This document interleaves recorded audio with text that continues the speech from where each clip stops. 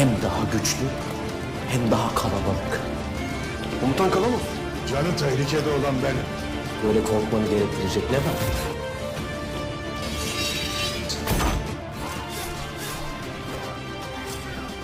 O için canı alana kadar ben değilim. बिस्मिल्लाहिर्रहमानिर्रहीम अस्सलाम वालेकुम दोस्तों, खान फ्रैगमेंट के साथ मैं हूं आपका मेज़बान नुमान खान। तो दोस्तों, कुरलूश उस्मान में आप लोगों ने दुंदार भाई की गद्दारियां तो बहुत देख ली, लिहाजा आज हम थोड़ी सी बात करेंगे असली तारीख के हवाले से कि दुंदार जो उस्मान गाजी के चचा थे उन्हें कब और कैसे सज़ा हुई।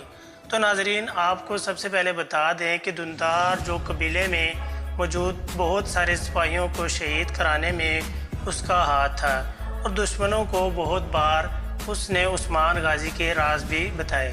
इसी तरह कुरलूश उस्मान में भी दिखाया जा रहा है। जब उस्मान गाजी ने दुंदार भाई पर तमाम अपने गहराबंदी शुरू कर दी, लेकिन दुंदार जो एक होशियार और चालाक आदमी था, जो फ़ौरन कबीला छोड़कर अपने दुश्मन यानी कि निकोला और एनागोल में शिफ्ट हो गया।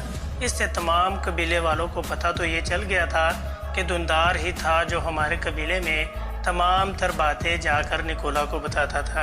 और इसी तरह उस्मान गाजी ने जब उसके खिलाफ ठोस और मजबूत इकदाम करना शुरू किए तो वो मज़ीद और चालें चलना शुरू हो चुका था। और जब वो निकोला के पास किले में पहुंचा तो उसने ये देखा कि उस्मान गाजी अब मेरी जान के दुश्मन हो चुके हैं, लिहाजा उसने तमाम तुर्क सरदारों को अपने तरफ गामजन करना शुरू कर दिया और उस्मान के ख़िलाफ़ भड़काना शुरू कर दिया। उस तरह उस्मान गाजी ने के सरदारों को इकट्ठा करके दुंदार भाई यानी कि अपने चचा के ख़िलाफ़ एक फ़ैसला सुनाया।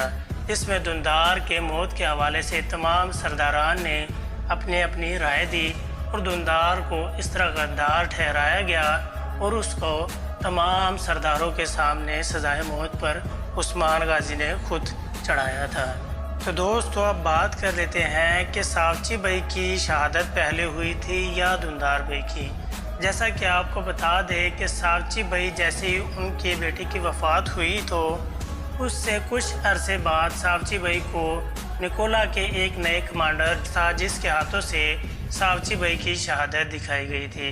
और यकीनन उसकी शहादत के पीछे भी सबसे बड़ा रीज़न दुंदार भाई का था, जो सावची भाई को उगलवाते हुए उसके ख़िलाफ़ करता था और निकोला जो उसे अपने जाल में फंसाने में कामयाब हो चुका था, जिसकी वजह से सावची भाई की भी शहादत दुंदार भाई के हाथों ही हुई थी और दुंदार भाई का उसमें बहुत अहम किरदार शामिल था। तो आपको ये बता दें कि दुंदार का किरदार जो है इस सीरीज़ के आखिर तक चलाया जाएगा और जब दुंदार का किरदार ख़त्म हो जाएगा तो यकीनन इस सीरीज़ को भी इख्तिताम कर दिया जाएगा।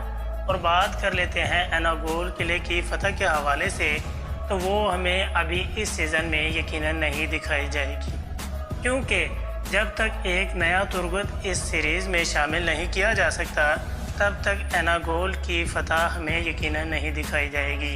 अगर ऐसे महमद बुज़दाक करते हैं तो ये एक तारीख़ी हवाले से बहुत बड़ी गलती होगी। उम्मीद करता हूँ ये छोटी सी वीडियो आपको पसंद आई होगी। मज़ीद इस तरह की अच्छी वीडियो के साथ बहुत जल्द हाज़िर होऊंगा। तब तक अपना ख्याल रखिएगा। अल्लाह निगहबान।